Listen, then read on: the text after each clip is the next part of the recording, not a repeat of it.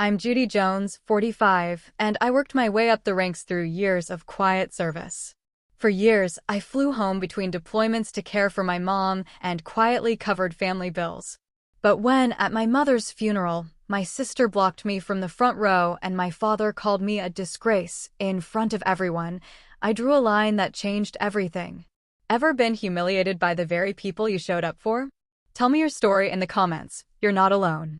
Before we dive in, tell me where you're watching from. And if you've ever had to stand up for yourself after being wronged, tap like and subscribe for more true stories about boundaries and reclaiming your worth. What happened next might surprise you.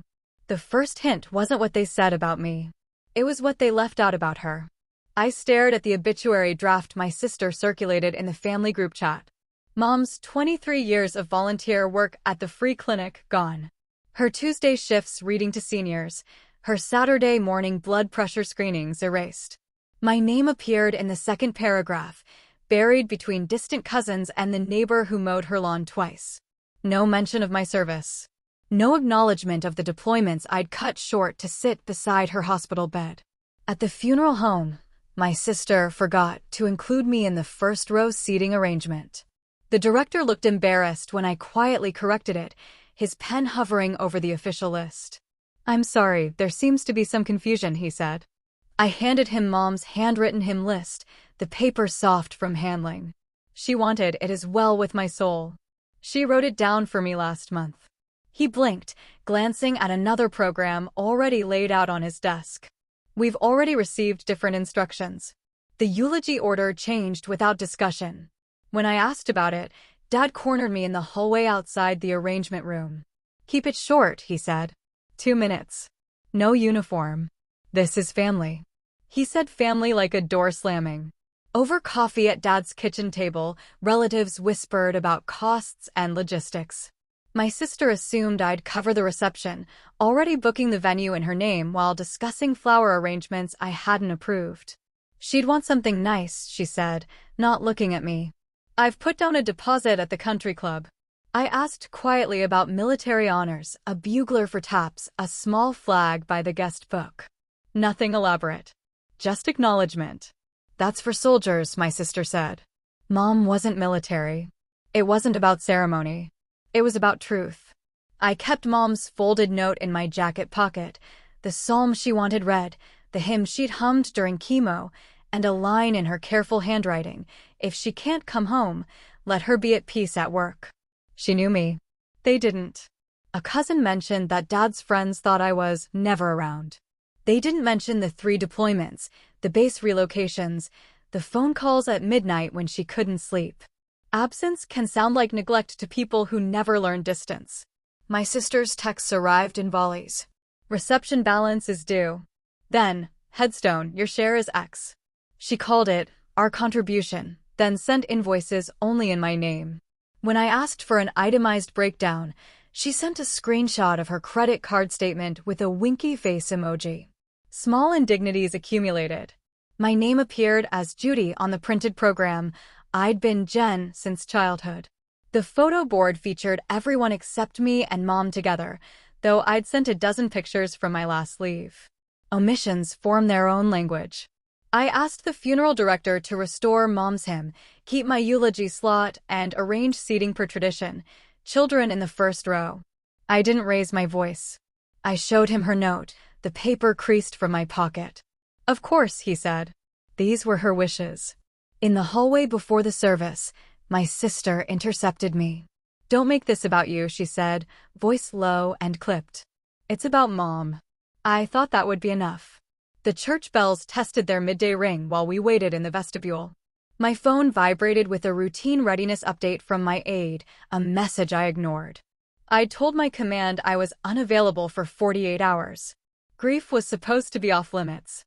Dad adjusted his tie in the mirror, checking his watch. "We should seat people soon." "The pastor's ready when we are," I said. My sister smoothed her black dress, the one she'd charged to Mom's credit card last week. "Remember, keep it simple. No drama." The irony wasn't lost on me. Outside, rain spotted the sidewalk where people gathered under umbrellas. I recognized faces from Mom's clinic, Neighbors who'd borrowed her hedge trimmer, the postal worker who always asked about her garden. Real people who'd known her real work. "She touched so many lives," said Mrs. Patterson from next door. I nodded, thinking of Mom's hands, always warm, even when tired from double shifts. Even when she was dying. The funeral director approached with his clipboard. "We're ready to begin seating." My sister stepped forward. Family first, then close friends. I watched her orchestrate the procession like a theater director, placing people according to some hierarchy I didn't understand. When she gestured for me to wait, I felt something shift inside my chest. Not anger, something quieter and more permanent. The rain picked up, drumming against the stained glass windows. People filed past Mom's closed casket, touching the wood, leaving flowers. I stayed in the back, watching my family claim their grief like territory. An usher handed me a program.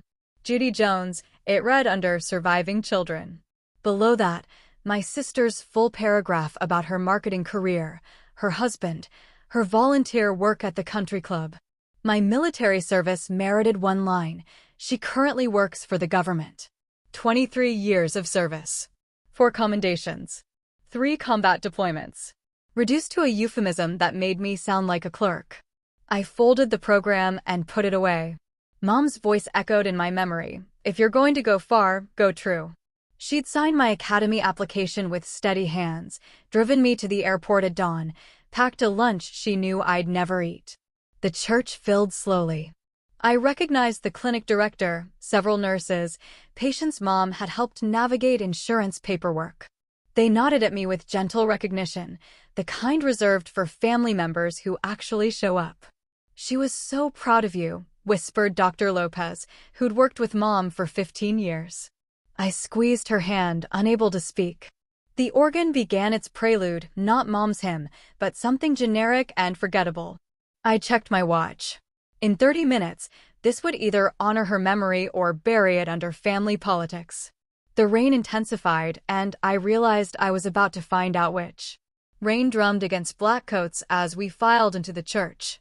I took a seat in the back pew to avoid conflict, but Dad caught my eye and gestured for me to stay there. The first row filled without me, my sister, her husband, Dad, then aunts and uncles I saw twice a year. When I approached the aisle quietly, my sister stepped into my path. "Guests are behind family," she said, loud enough for people to turn and stare. "There are lines you don't cross. And there are lines drawn on purpose." I returned to my seat, feeling the weight of curious glances. The pastor began with a prayer about loss and healing, his voice carrying over the storm outside. Mom's casket sat surrounded by flowers I hadn't chosen, beneath light that hit it wrong. Halfway through the service, my prepared 2 minutes was cut. I watched my sister signal the pastor to move to closing remarks. I rose anyway, not to take the microphone, just to stand by Mom's photo, a small act of presence. My father's whisper carried further than he intended. "She never contributed anything to this family." A few people nodded. Someone's chair scraped against the floor. My sister turned to look at me directly, her voice tight but smiling. "She's a disgrace." Simple words. Efficient as a lock. I kept my hands at my sides. No uniform, per their demand, just a dark suit and hair pinned back. My eyes never left the casket. Grief is quiet. So is resolve. The pastor continued reading from Ecclesiastes, something about seasons and purposes.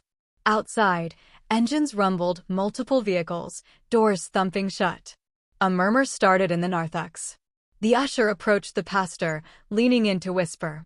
Heads began to turn toward the back of the church. An aide in dress uniform appeared at the threshold, speaking quietly to the funeral director. "No theatrics, just procedure."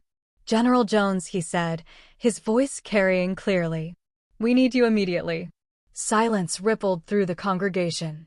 People looked around for this general, scanning unfamiliar faces. Then they looked at me. I nodded once. 2 minutes by her side, I told the pastor quietly. "Then I'll go." "Of course," he said. I walked to the casket and touched the folded handkerchief Mom had loved, the one with tiny roses she'd carried to church for 30 years.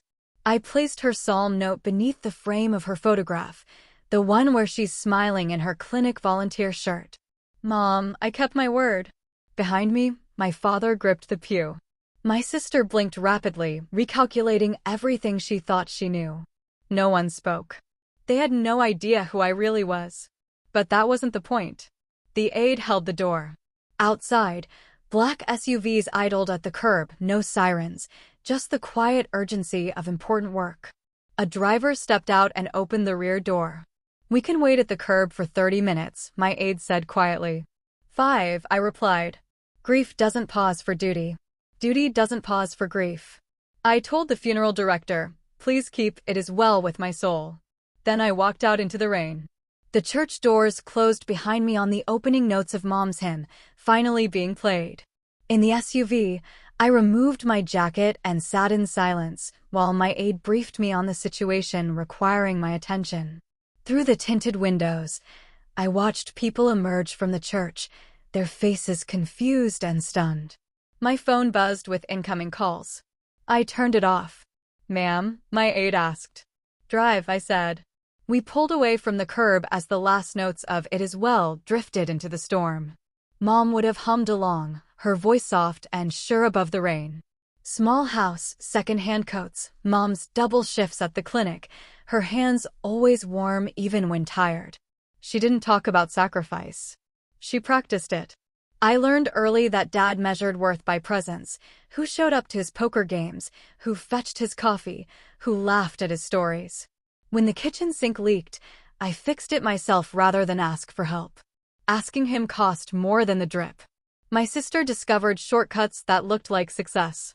She learned to smile when Dad complained about his back, to bring him aspirin without being asked, to agree with his opinions about everything from politics to the weather. He preferred her company.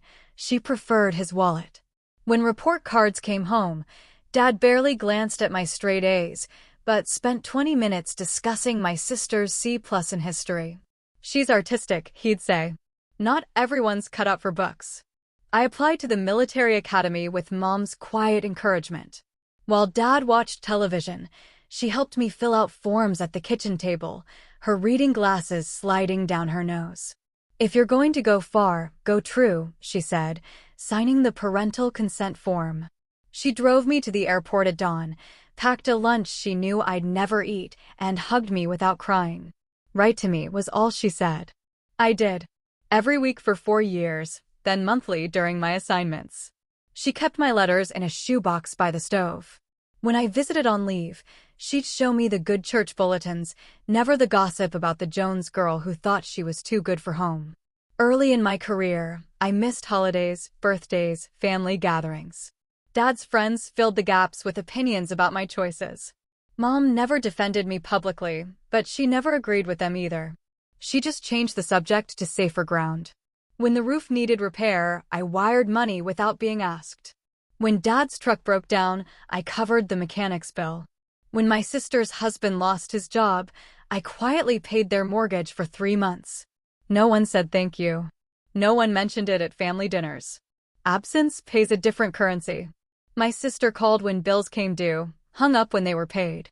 "You're lucky," she'd say. "You don't get it. You don't have real problems. Luck looks like sweat from far away." Dad's refrain never changed. You chose work over family. He wasn't wrong. He also wasn't right. I chose service over convenience, purpose over comfort, growth over staying small in a small place. During Mom's last months, I spent every available leave in hospital corridors that smelled of antiseptic and industrial soap. My uniform hung on the chair while I held her hand through chemo sessions, radiation treatments, and the long nights when sleep wouldn't come. "Don't fight with them on my account," she said one evening, her voice hoarse from medication. I said okay. I meant I'd try. We planned her service together during those final weeks. She wrote down the hymn she wanted, the psalm for the reading, instructions for simple flowers. She asked me to make the clinic donation anonymous. "I took up little space in rooms that needed me the most," she said. She'd spent 23 years volunteering at the free clinic, reading to seniors on Tuesday afternoons, coordinating blood drives, helping patients navigate insurance forms. She never missed a shift unless she was too sick to stand. The obituary my sister circulated mentioned none of this. It focused on her role as wife and mother, her church membership, her famous apple pie. The professional life that defined her, the work that gave her purpose beyond family obligations, was erased. When I pointed this out, my sister said, "That's not what people remember about her." But it should have been. Mom understood duty without uniform, service without recognition, the dignity of showing up when no one's watching. She taught me that worth isn't measured by applause, but by the quiet satisfaction of work done well.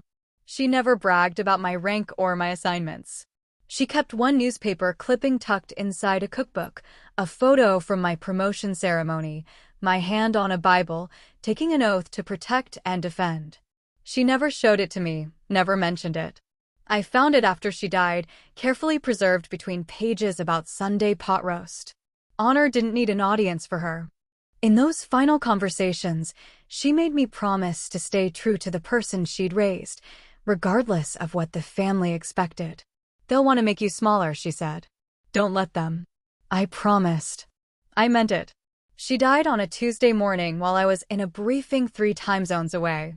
By the time I reached the hospital, she was gone. My sister had been with her, and I was grateful for that. Some absences can't be helped. The nurse handed me her personal effects in a manila envelope. Her reading glasses, the handkerchief with tiny roses, the folded paper with her final wishes. "She talked about you constantly," the nurse said. She was so proud. I folded the paper carefully and put it in my jacket pocket. I would carry it to her funeral and beyond, a contract between us that no one else could break. In the car, I removed my jacket and sat in silence. My aide waited, eyes forward, while I processed what had just happened. No one spoke for the first 10 minutes. "Ma'am," he finally asked. "Drive." Back at base housing, I set Mom's hymn list on the counter and laid her ring on a small dish. I made tea Earl Grey, the way she'd taught me, and sat in the kitchen without music. Noise is a kind of surrender. I stayed with the quiet. My phone showed 17 missed calls from my sister, 3 from Dad, and a string of text messages I didn't open. I set it aside and pulled out a legal pad. I listed what I'd paid for over the years: the roof repair, Dad's truck, my sister's mortgage payments, medical bills, car insurance, credit card debt. The numbers were factual, dry, without emotional commentary. Numbers don't take sides. Then I listed what I'd been excluded from: family photos, holiday planning, major decisions, even simple acknowledgement of my contributions. The pattern was clear once I wrote it down. A cousin texted, "They didn't know about your rank. You should have told them." I muted the entire thread. Explanations were no longer my responsibility.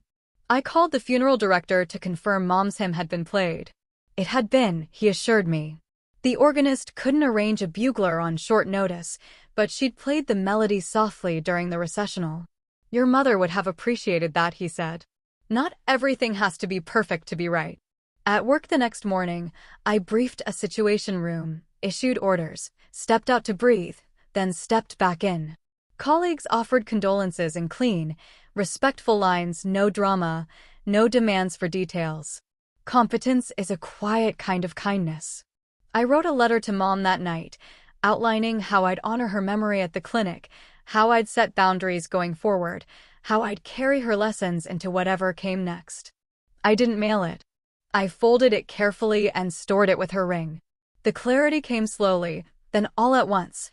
No more explaining myself to people who benefit from misunderstanding me. Grief made room for policies. I established a simple rule: I would fund care, education, and genuine emergencies. I would not subsidize lifestyle choices, manipulation, or emotional blackmail. The difference was easier to identify than I'd expected. My sister's calls continued, increasingly frantic. Dad left a voicemail about family loyalty and how disappointed Mom would be. I didn't respond to either. Disappointment assumes expectations that were never realistic to begin with. Instead, I contacted the clinic director about establishing a scholarship in Mom's name. We discussed criteria, funding, and a small memorial plaque for the waiting room where she'd volunteered for over 2 decades. She never accepted so much as a free cup of coffee, the director said. She insisted on paying for everything. I smiled, remembering Mom fishing exact change from her purse, refusing special treatment because of her volunteer status. Integrity wasn't situational for her. The scholarship would fund nursing students who committed to community health work. The recipients would understand service without glory, care without recognition, showing up when no one's watching. 3 weeks after the funeral, I received a package with no return address. Inside were Mom's recipe cards, a cracked coffee mug I'd given her years ago, and a note in my sister's handwriting, "For you." No apology. No explanation. Just acknowledgement that some things belong with the person who remembers their significance. I placed the mug on my kitchen counter and photographed the scholarship certificate with Mom's name engraved in simple letters. I sent the image to both my sister and father with no caption. Some gestures don't require words. I texted my sister and father once, clearly. I wouldn't cover reception overages or additional funeral expenses. I would fund a clinic scholarship in Mom's name, with details to follow. No direct transfers. No reimbursements. A line is only a line if it holds. The pushback began immediately. My sister called it embarrassment, betrayal, abandonment. Dad invoked family loyalty and Mom's supposed wishes he'd never bothered to ask about while she was alive. I didn't argue. Instead, I sent the newspaper an obituary correction, adding Mom's 23 years of clinic service and her volunteer work with literacy programs. The editor published it without question. When my sister posted vague social media updates about certain people who think rank equals love, I didn't respond. I forwarded the first scholarship check to the clinic director, with instructions to keep the donation anonymous until after the award ceremony. The legal aspects were straightforward. Mom's will was simple and clear. I followed it exactly. No renegotiation, no side deals, no family discounts on emotional manipulation. Fair isn't the same as satisfying. I coordinated with the base chaplain for a small memorial service in the chapel garden. Just staff who'd known Mom during her visits, the clinic director, 2 nurses, and Dr. Lopez. No photographer, no social media posts, no lengthy speeches. We played a recording of taps and shared stories about her quiet generosity. She always asked about the patients by name, one nurse said. She remembered everyone's children, their struggles, their victories. That was the Mom I wanted to honor, the one who saw people fully, who showed up consistently, who served without seeking credit. When my sister sent increasingly urgent invoices for reception expenses, I replied once, "I won't fund lifestyle. I will fund care." The response was swift and predictable. Dad called me selfish. Extended family members chose sides. Some relatives stopped answering my sister's calls when she asked for money to cover the country club bill. Accountability feels like punishment to people accustomed to exemption. The vendors began calling my sister directly. The reception venue put her name on overdue notices. The florist required payment before delivering the elaborate arrangements she'd ordered without consulting anyone. I felt no satisfaction in her struggle, but I felt no obligation to solve it either. Actions have consequences, even for family members who've spent years avoiding them. The clinic memorial proceeded quietly. We unveiled a small plaque in the waiting room, in memory of Margaret Jones, whose service touched countless lives.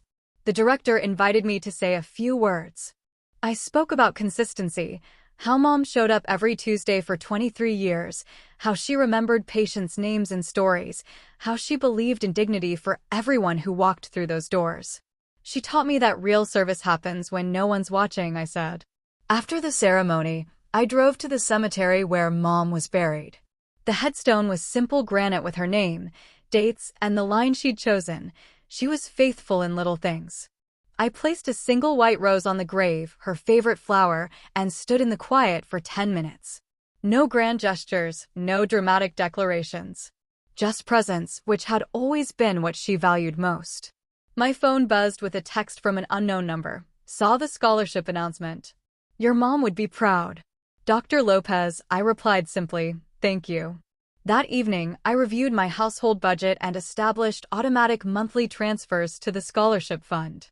$500, withdrawn on the anniversary of Mom's death, funding nursing education for students who understood community care. It was a better monument than any headstone. Work demanded more during those weeks, a crisis that required long hours and decisions that carried weight across multiple time zones. Duty didn't ask how I was sleeping. I ran at dawn, ate simply, kept routines minimal but consistent.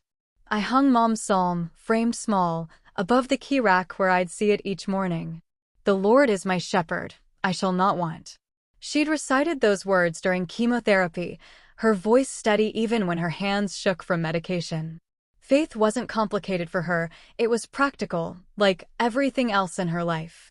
The pastor from Mom's church sent an unexpected email. He apologized for not realizing the family had been restricting the service program. He'd assumed my sister was coordinating with everyone's input. "Your mother spoke of you often," he wrote.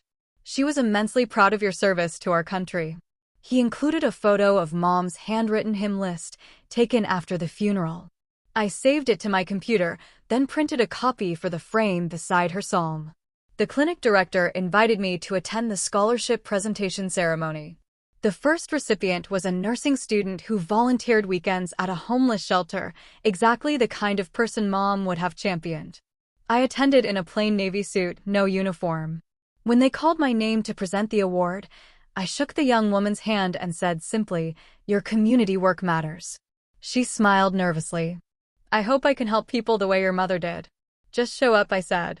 That's what she'd tell you. After the ceremony, people lingered over stale coffee and grocery store cookies. The clinic staff shared stories about Mom's consistency, her refusal to accept special treatment, her genuine interest in every patient's well-being. She never took a free coffee, the director said, and people laughed warmly. I laughed too. It helped. My sister's situation deteriorated predictably. Without my financial backing, her elaborate plans collapsed. Friends stopped lending her money when word spread about the funeral reception debt. The country club sent collection notices. She texted me once, "You ruined my reputation." Reputation is a mirror. I didn't pick it up. Dad maintained his silence for weeks. A neighbor mentioned he was hurt by my actions at the funeral, as if my response to public humiliation was somehow the real transgression. I sent no reply. Instead, I mentored a young officer who'd recently lost her father. We reviewed leave policies, discussed grief counseling resources, and went over the paperwork for emergency family funds. "Take all the time you need," I told her. "And don't let anyone make you feel guilty for grieving the way that works for you. Legacy sometimes looks like corrected paperwork." My sleep improved gradually. The sharp edge of grief softened into something more manageable, not absence, but integration. Mom's lessons lived in daily choices, showing up, telling the truth, serving without seeking credit. I visited the base chapel garden after staff meetings, standing among the hydrangeas Mom had admired during her visits. The quiet helped me think, process, remember without drowning. One evening, I found a small package by my door. No delivery notice, no return address. Inside were Mom's recipe cards, carefully organized in her handwriting, and the cracked coffee mug I'd given her for Mother's Day years ago. A folded note read, "For you." No signature, but I recognized my sister's handwriting. I set the mug on my kitchen counter and photographed the scholarship certificate with Mom's name engraved in simple block letters. I sent the image to both my sister and father with no message. Some gestures exist without explanation. My sister left that bag at my door, Mom's recipe cards, the cracked mug, and the unsigned note. No apology. No claim. Just gesture without ownership. I sent a photo of the mug on my counter alongside the scholarship certificate bearing Mom's name. My text to my sister read, "Thank you. Boundaries remain." She didn't respond. I didn't expect her to. 3 days later, Dad left a voicemail. His voice was careful, measured. "I didn't know about your rank. I should have asked." I saved the message but didn't return the call. Knowledge wasn't the real issue. Respect was. A week passed. Then 2. I sent both my sister and father a written message, clear and final. "If you want contact, acknowledge what happened at the funeral." No money discussions. No public stories about me.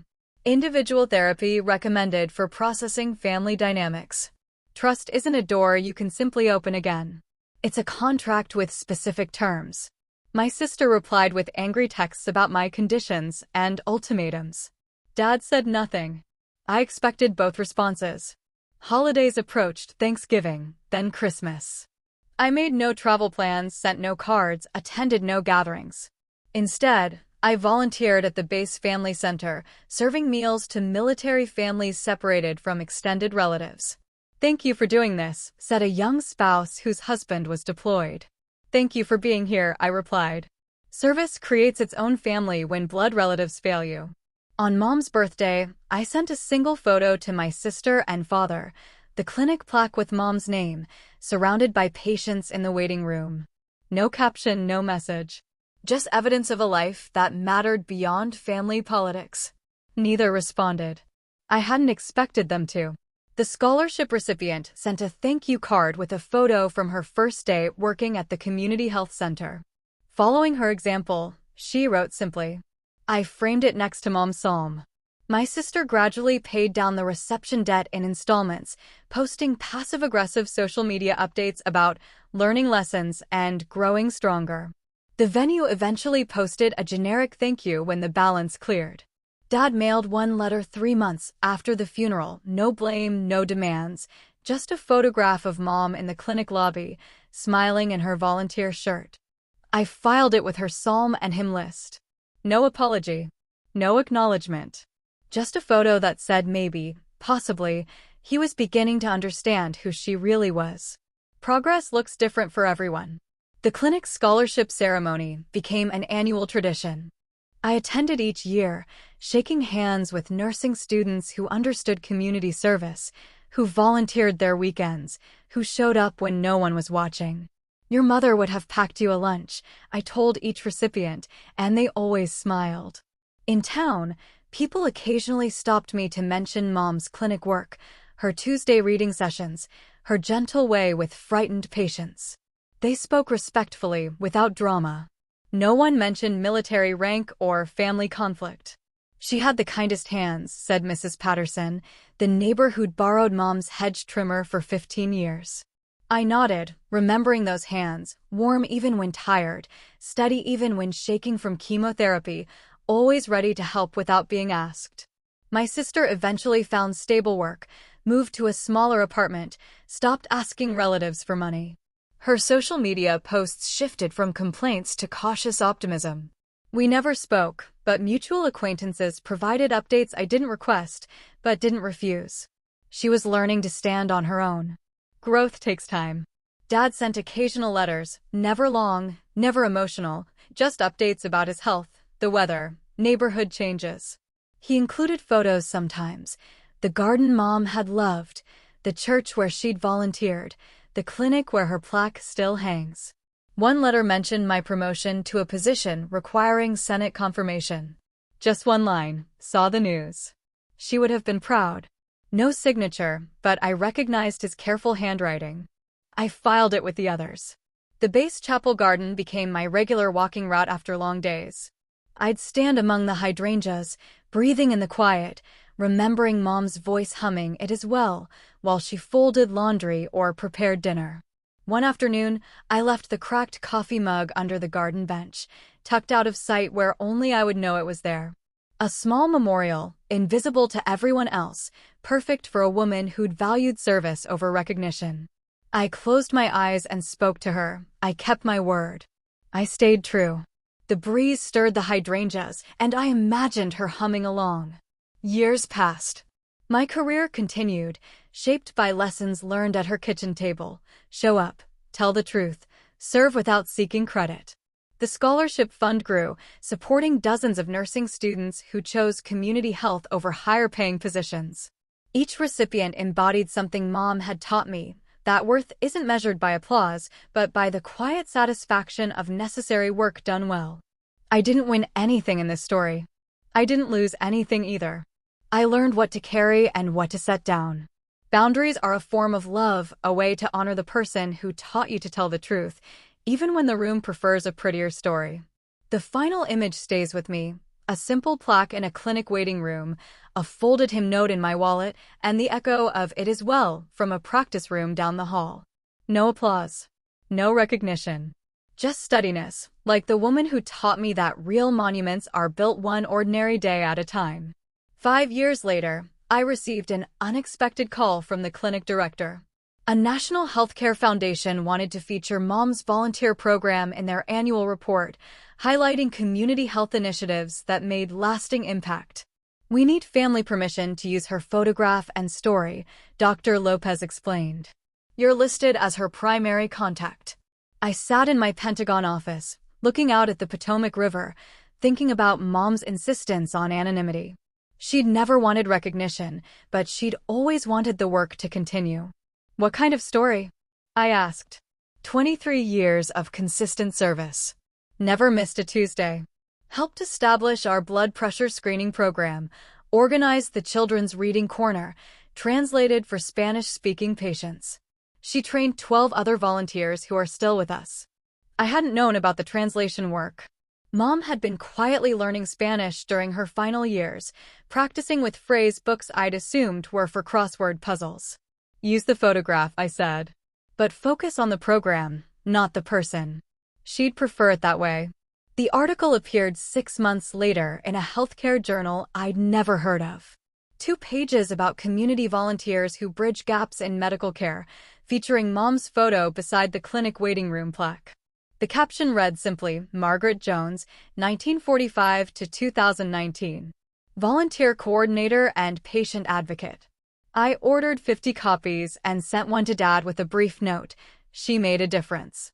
He never replied, but I hadn't expected him to. My sister found the article through a Google search, Mom's name finally appearing in print, associated with real accomplishment rather than family drama. She forwarded it to me with a message. I didn't know about the Spanish classes. Neither had I. Mom's life had been larger than any of us understood. That same year, the scholarship fund reached a milestone, 10 recipients working in community health across 4 states. The clinic organized a small reception to celebrate, inviting all the scholarship recipients to meet each other and share their experiences. I flew in from Washington, taking leave specifically for the event. The clinic waiting room buzzed with young nurses comparing stories about rural clinics, urban health centers, school nursing programs.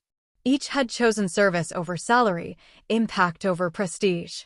"Your mother's example led me here," said Sarah, the 3rd scholarship recipient, now working with migrant farm workers. When I read about her consistency, 23 years of Tuesdays, I realized that's what real commitment looks like.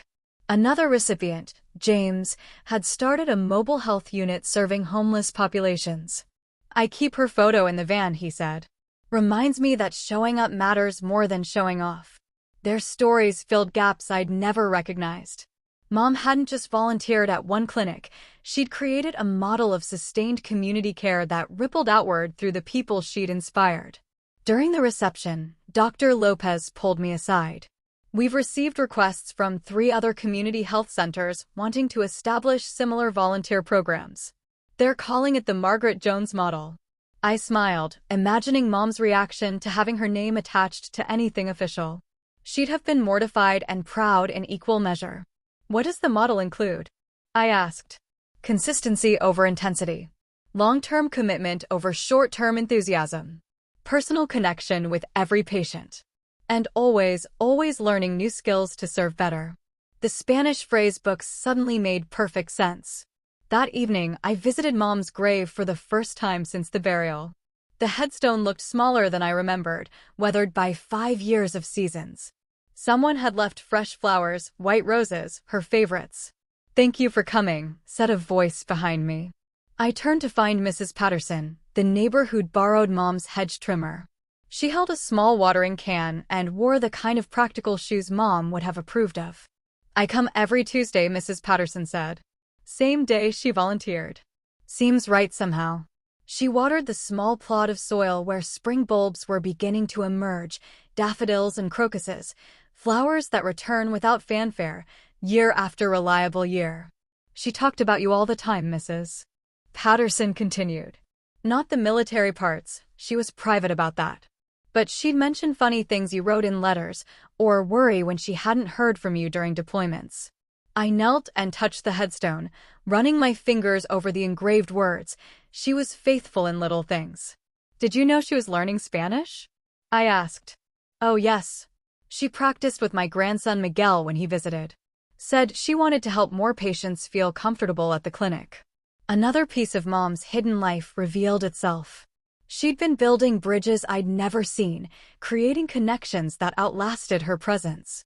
Mrs. Patterson left after a few minutes, promising to continue the Tuesday flower routine. I stayed longer, watching the sun set behind the oak trees Mom had admired during our drives through the cemetery years earlier. You're still teaching me, I said aloud, feeling only slightly self-conscious. The breeze stirred the emerging daffodils, and I imagined her gentle approval. The Pentagon years brought new challenges and deeper responsibilities. I briefed senators, managed international crises, made decisions that affected thousands of service members. But the lessons remained constant: show up, tell the truth, serve without seeking credit. My aide, now a lieutenant colonel himself, occasionally mentioned seeing my name in news articles about military leadership or veterans affairs. I never read them. Recognition had never been the point. Ma'am, you might want to see this one, he said one morning, sliding a printout across my desk. It was an op-ed in the Washington Post about military families and the hidden costs of service. The author, retired Army chaplain, wrote about families who sacrifice without recognition, citing several examples of service members who'd lost family relationships due to duty commitments. My name appeared in the final paragraph, not as a source, but as an example. Someone had told him about the funeral incident, anonymized but recognizable to anyone who knew the details. General Jones understood that some families never learn to honor the very service they claim to support, the chaplain wrote. Her response demonstrated that boundaries aren't betrayal, they're the prerequisite for genuine relationship. I folded the article and put it away. Public validation felt unnecessary, but I appreciated that someone understood the distinction between duty and dysfunction. That afternoon, my sister called for the first time in 3 years. I saw the article, she said without preamble. Is that about Mom's funeral? Probably, I said. A long pause. I've been in therapy. Good. Another pause. I want to apologize for what I said that day. About you being a disgrace. It wasn't true and it wasn't fair. I sat quietly, letting her words settle. I was angry about losing her, she continued, and scared about handling everything alone. I took it out on you because you were the safest target. Thank you for saying that. Can we? She started, then stopped. Would you be willing to talk sometime? Not about money or family politics. Just about Mom. I considered this. What aspects of Mom? The parts one missed. The clinic work, the Spanish lessons, the people she helped. I realized I never really knew who she was outside of being our mother. This was progress. Small, tentative, but real. I'd be willing to share what I knew, I said. But slowly. With clear boundaries. I understand.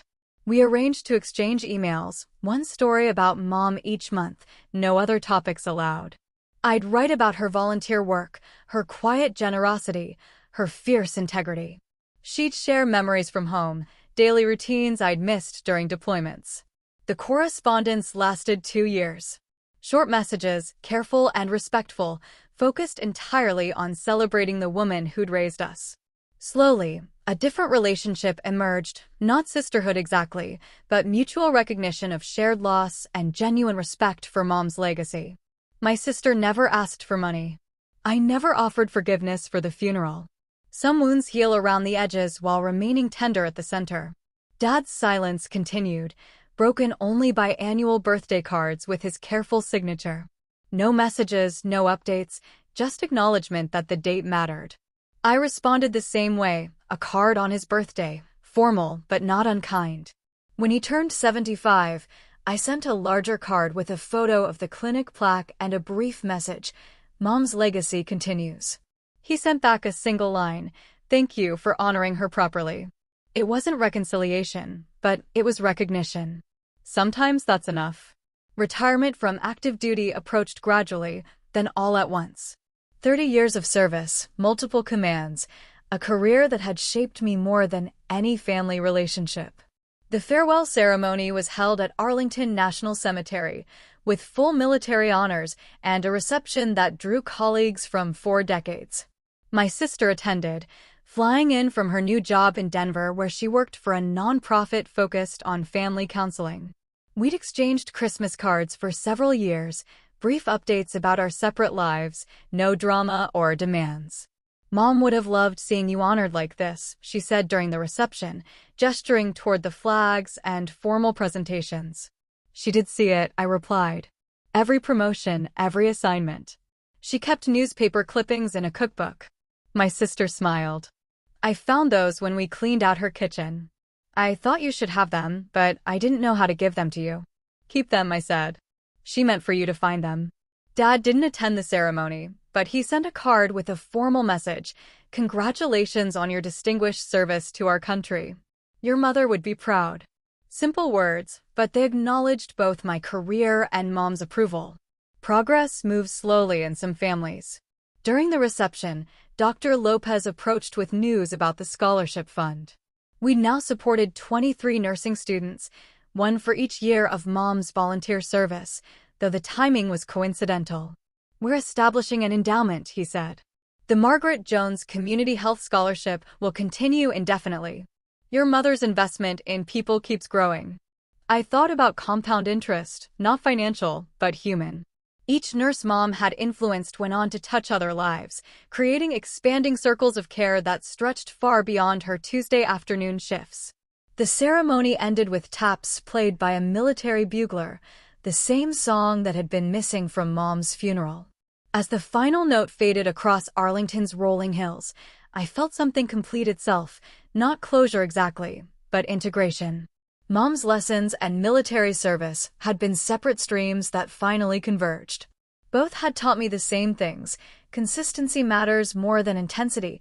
Character reveals itself in small moments, and real service happens when no one's watching. Civilian life required adjustment, but the rhythms came naturally. I moved to a small house near the original clinic where Mom had volunteered, close enough to attend scholarship ceremonies and board meetings, but far enough from family complications. The house had a garden, something I'd never maintained during my military career. I planted vegetables Mom would have approved of: tomatoes, peppers, herbs for cooking. Working with soil felt foreign at first, then therapeutic. Mrs. Patterson, now in her 80s, still visited Mom's grave every Tuesday. Sometimes I joined her, bringing flowers from my garden and sharing updates about the scholarship recipients. 27 nurses now, I told her one spring morning, working in community health centers across 8 states. "She'd be amazed," Mrs. Patterson said, and embarrassed by all the attention. We laughed, remembering Mom's horror whenever anyone mentioned her volunteer hours in public. She'd change the subject immediately, redirecting conversation toward the patients or other volunteers. Humbled to a fault, Mrs. Patterson added, but not foolish about it. She knew her work mattered. I started volunteering at the clinic myself, not medical care, which wasn't my training, but administrative support and grant writing. My Pentagon experience with budgets and bureaucracy translated surprisingly well to nonprofit management. The work felt different from military service, but familiar in its purpose. Show up consistently, solve problems quietly, focus on mission over recognition. Mom would have understood the transition. During one board meeting, the clinic director mentioned receiving inquiries from medical schools wanting to study the Margaret Jones model of volunteer retention and patient engagement. Apparently, her approach to long-term community care is being discussed in public health programs, he said. Students are writing papers about sustained volunteer commitment. I smiled, imagining Mom's reaction to being a case study. She'd have been mortified and secretly pleased, probably in equal measure. "Would you be willing to speak to some of these students?" the director asked. "Share your perspective on what motivated her consistency?" I agreed, with conditions. No personal family details, no military career specifics, just focus on her philosophy of service and community care. The first speaking engagement was at a nursing school 2 hours away. 30 students, all planning careers in community health, eager to understand what sustained 23 years of volunteer work. She never talked about changing the world, I told them. She talked about helping the person in front of her. Tuesday after Tuesday, year after year. Small scale, large impact. A student raised her hand.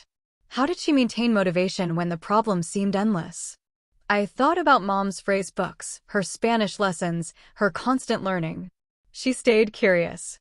Every patient taught her something new about resilience, about community, about the complexity of human need. Education never stopped for her. Another student asked about burnout prevention. Did she ever want to quit? Probably. But she'd made commitments to the clinic, to the patients, to herself. Quitting would have meant abandoning people who depended on her presence. That wasn't acceptable to her. These conversations with students helped me understand Mom's legacy more clearly. She hadn't just been a volunteer, she'd been a model of sustained community engagement, someone who proved that ordinary people could create extraordinary impact through simple consistency. The speaking engagements continued, 1 or 2 per semester. Students would email follow-up questions, sharing their own community service projects and asking for advice about career choices. I always responded, remembering how Mom had answered every letter I'd sent from the academy, every phone call from overseas assignments. Consistency in small things, she'd taught me. It matters more than grand gestures. 10 years into retirement, I received a call that changed everything. Dr. Lopez had been offered a position with the Centers for Disease Control, developing national guidelines for community health volunteer programs. He wanted to build on the Margaret Jones model, creating standardized approaches that could be implemented nationwide. We need someone to direct the implementation, he said. Someone who understands both the practical aspects and the philosophical foundation. Would you consider it? I was 62, officially retired, settled into a quiet life of gardening and occasional speaking. But the opportunity to expand Mom's influence beyond one clinic, to create systemic change based on her example, that felt like destiny rather than career advancement. What would it involve? I asked. Traveling to community health centers across the country, training volunteer coordinators, developing sustainability metrics, creating resource guides. Essentially, teaching other places how to build what your mother built here. The irony wasn't lost on me. My entire military career had been about large-scale operations, strategic planning, managing complex systems. Now I was being asked to do the same thing, but for community health volunteers rather than military personnel. The position is part-time, Dr. Lopez continued. Based here, with travel as needed. You'd work directly with the CDC's Community Health Division, but maintain autonomy over program development. I thought about Mom's Tuesday routine, her Spanish phrase books, her quiet determination to learn whatever skills her patients needed. She'd adapted constantly while maintaining core principles. I'll need 3 months to consider it properly, I said. Of course. But I hope you'll say yes. This could help thousands of communities develop sustainable volunteer programs. Your mother's approach could become national policy. After hanging up, I walked through my garden, thinking about legacy and mission and the unexpected directions life can take. Mom had never intended to influence health policy or train volunteer coordinators across the country. She'd just wanted to help people in her community get better care. But impact has its own momentum. Good work inspires more good work, creating ripples that expand beyond anyone's original vision. I called my sister that evening, something I rarely did but felt necessary. I've been offered a job, I said, explaining Dr. Lopez's proposal. That's wonderful, she said. Mom's work reaching a national level, she'd be amazed. And terrified, I added. You know how she felt about attention. But she'd do it anyway, if it helped more people.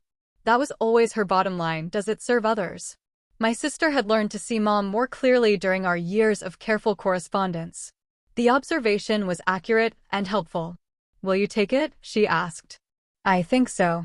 It feels like the right kind of continuation. 3 months later, I accepted the position. My first assignment was visiting community health centers in rural West Virginia, places where volunteer retention was challenging and patient needs were complex. The work felt like coming full circle, service without seeking credit, showing up consistently, building relationships one conversation at a time. Mom would have understood the mission completely. During that first trip, I met volunteers who'd been serving their communities for decades, people who shared Mom's quiet dedication to sustained care.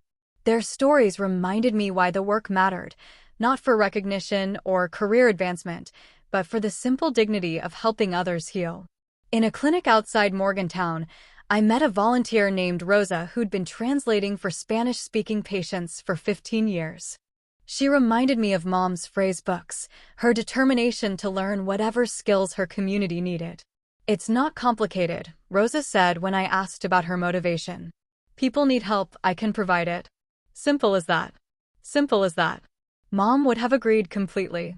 The Margaret Jones model was spreading, one clinic at a time, carried forward by people who understood that real change happens through ordinary persistence rather than extraordinary gestures. Standing in that West Virginia clinic, watching Rosa help a frightened patient navigate insurance forms, I felt Mom's presence more clearly than I had since her death. Not sentimentality or wishful thinking, but recognition of continuation, her values living on through people she'd never met, in places she'd never visited. This was how legacy actually worked. Not through monuments or formal recognition, but through the quiet multiplication of good work, one person inspiring another to serve better, more consistently, with greater compassion. The work continues. Mom's work, expanded and amplified, but still grounded in the simple principle she'd lived by: when people need help, you show up. Tuesday after Tuesday, year after year, one life at a time. That's the real monument. And it's still being built. 3 years into the CDC position, I was invited to testify before a Senate subcommittee on rural healthcare access. The Margaret Jones model had been implemented in over 200 community health centers across 38 states, with measurable improvements in volunteer retention and patient satisfaction. Sitting at the witness table, looking up at senators I'd briefed in my Pentagon years, I felt the strange symmetry of career and calling converging. They were asking me to explain why sustained volunteer programs worked better than sporadic high-intensity efforts. Consistency builds trust, I testified. Patients develop relationships with volunteers who show up predictably. That relationship becomes part of the healing process. Senator Williams from Montana, whose state had implemented the program in 12 rural clinics, leaned into his microphone. "General Jones, can you quantify the impact of this consistency?" I referred to my prepared notes. Centers using the Margaret Jones model show 37% higher volunteer retention rates and 23% improvement in patient satisfaction scores. More importantly, they report stronger community integration and increased local support for healthcare initiatives. What I didn't mention in the formal testimony was the human dimension, the letters I received from volunteers across the country, people who'd found purpose and community through sustained service. Like Margaret in Alaska, who'd been translating for Inuit patients for 5 years. Or David in rural Mississippi, who coordinated transportation for elderly patients and had never missed a Tuesday in 3 years. After the hearing, I walked through the Hart Senate office building, remembering my Pentagon days when these hallways had been daily territory. The marble floors echoed the same way, but my purpose felt different now, not about national security threats, but about community health resilience. My phone buzzed with a text from my sister. "Watched your testimony online." Mom would have hidden under the table from all that attention. I smiled, knowing she was right. Mom would have been mortified by congressional testimony about her volunteer approach. But she also would have understood that the work mattered more than personal comfort. That evening, I called Dad for the first time in years. At 82, his voice was thinner, but still recognizable. "Saw you on C-SPAN," he said without preamble, "talking about your mother's volunteer work. The program's helping communities across the country now." A long pause. She would have been proud. And embarrassed. Both, I agreed. Another pause. I never understood what she was doing at that clinic. Thought it was just busy work, something to fill her time. This was the closest Dad had ever come to acknowledging his limited view of Mom's life outside their marriage. I waited to see if he'd continue. I see now it was more than that. Real work. Important work. It was her calling, I said. Like the military was yours. The parallel had never occurred to him before, but it was accurate. Both Mom and I had found ways to serve that took us beyond family obligations into larger purposes. I should have supported her more, Dad said quietly. And you too. The apology was incomplete, no acknowledgement of the funeral humiliation, no recognition of years of financial manipulation, but it was progress. At 82, people change slowly if they change at all. Thank you for saying that, I replied. We talked for 10 more minutes about practical things: his health, the weather, changes in the old neighborhood. Normal conversation between estranged relatives finding their way back toward respectful distance. He died 2 years later, quietly in his sleep. My sister called with the news, her voice steady but sad. He left instructions, she said. Simple service, no reception. He said he didn't want to burden anyone with elaborate arrangements. The funeral was everything moms should have been: respectful, focused on the deceased, free from family drama. 30 people attended, mostly neighbors and longtime friends. The pastor spoke about Dad's work as a maintenance supervisor, his 40-year marriage to Mom, his pride in his daughter's achievements. My sister and I sat together in the front row, united in grief without the complications that had defined our relationship for decades. We'd both grown past the need for childhood roles and family hierarchies. At the graveside, I placed a single white rose on the casket, the same flower I'd been leaving on Mom's grave for years. Dad would be buried beside her, their names together on the headstone, their conflicts finally resolved by the ultimate equalizer. After the service, my sister and I walked through the cemetery where Mom's grave was marked by fresh daffodils, Mrs. Patterson's Tuesday routine continuing even though she now used a walker and needed help getting to the car. I've been thinking about Mom's Spanish lessons, my sister said. How she kept learning new ways to help people, even in her 70s. She never stopped growing, I agreed. That was probably her greatest gift, staying curious about how to serve better. I've been learning sign language, my sister said unexpectedly.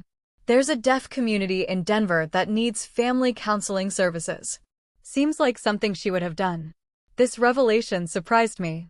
My sister, following Mom's example of learning new skills to meet community needs. The pattern was continuing in ways I hadn't expected. She'd be proud of that, I said. And proud of your CDC work. Making her Tuesday routine into national policy. We stood quietly beside Mom's grave, 2 sisters in their 60s, finally able to honor their mother without competing for position or recognition. Death had taught us what life had struggled to: love isn't diminished by sharing it. The Margaret Jones Community Health Scholarship reached its 50th recipient the year I turned 70. The ceremony had grown from a small clinic event to a regional gathering, with nursing schools, healthcare organizations, and community groups participating. I gave brief remarks, keeping Mom's preference for simplicity in mind. 50 nurses, working in community health across 15 states, carrying forward the principle that consistent care builds healthier communities. This is how change actually happens, one person at a time, one community at a time. After the ceremony, I was approached by a young woman I didn't recognize. She introduced herself as Maria Santos, a recent nursing school graduate who'd received the scholarship the previous year. I work at a clinic in East LA now, she said. We've implemented the Margaret Jones model in our volunteer program. But I wanted to meet you for a different reason. She paused, looking nervous but determined. My grandmother was a patient at your mother's clinic 20 years ago. She was undocumented, spoke no English, terrified of seeking medical care. Your mother learned enough Spanish to help her navigate the system, held her hand during examinations, made sure she understood her medication instructions. I felt something shift inside my chest, recognition and surprise combined. Abuela always talked about the kind lady who showed up every Tuesday, who treated her with dignity when other places made her feel ashamed. She called her La Angel de los Martes, the Tuesday Angel. Maria reached into her purse and pulled out a small photograph, an elderly woman in a clinic chair, smiling while Mom checked her blood pressure. Someone had captured one of those Tuesday moments, preserving it without fanfare or formal documentation. Abuela kept this picture until she died, Maria continued. She said your mother saved her life, not just medically but emotionally. Made her feel worthy of care. I stared at the photograph, seeing Mom as her patients had seen her, focused, gentle, present. This was the woman whose funeral had been diminished by family politics, whose contributions had been erased from her own obituary. But her real legacy lived in moments like this, in lives touched and changed. Thank you for showing me this, I said, my voice tighter than intended. I became a nurse because of your mother's example, Maria said. Abuela told me stories about her consistency, her kindness, her respect for every person who walked through those doors. I wanted to be like that. After Maria left, I sat in my car holding the photograph, understanding something new about Mom's impact. The scholarship recipients, the national program, the policy changes, those were the measurable legacy. But the unmeasurable legacy lived in people like Maria's grandmother, in dignity restored and fear overcome, in the simple recognition that everyone deserves compassionate care. That evening, I called the clinic director with a proposal. I want to establish an oral history project, I said. Interview patients and families who remember Mom's volunteer years. Not for publicity, just for preservation. That's a beautiful idea, he said. We still have patients who ask about her, who remember her Spanish lessons and gentle manner. Their stories should be recorded. The oral history project became my retirement project. Over 6 months, I interviewed 37 people who'd known Mom through the clinic, patients, fellow volunteers, medical staff, family members of people she'd helped. Their stories revealed dimensions of her service I'd never fully understood. She'd driven patients to specialist appointments when they had no transportation. She'd helped elderly patients organize their medications into weekly pill dispensers. She'd translated not just language but cultural concepts, helping immigrant families understand American healthcare systems. Most remarkably, she'd remembered everyone's names, their family situations, their ongoing health challenges. Patients would return after months or years away, and she'd ask about their children's schooling or their husband's diabetes management. She made everyone feel seen, said one former patient. In a system that can make you feel invisible, she made you feel human. These interviews, transcribed and archived at the clinic, became the most accurate portrait of Mom's character I'd ever encountered. Not the diminished version my family had presented at her funeral, but the complete person who'd chosen to spend 23 years of Tuesdays making strangers feel less alone. The work continues, but now I understand its true scope. Mom's legacy isn't just in policy changes or scholarship recipients, it's in the countless small moments when someone showed up consistently, treated others with dignity, and proved that ordinary people can create extraordinary change through simple persistence. That's the real monument. And it will keep building itself, one Tuesday at a time, long after all of us are gone. That day taught me this: love without boundaries becomes permission. I honored my mom, drew a line, and kept it. If this resonated, tap like, subscribe, and share it with someone who needs a reminder to stand firm, and tell me your story below. Have you ever been sidelined or silenced at a family event? What boundary did you set after being disrespected, and did you keep it? If you were in my place at the funeral, what would you have done? How do you honor someone's legacy when others try to rewrite the story?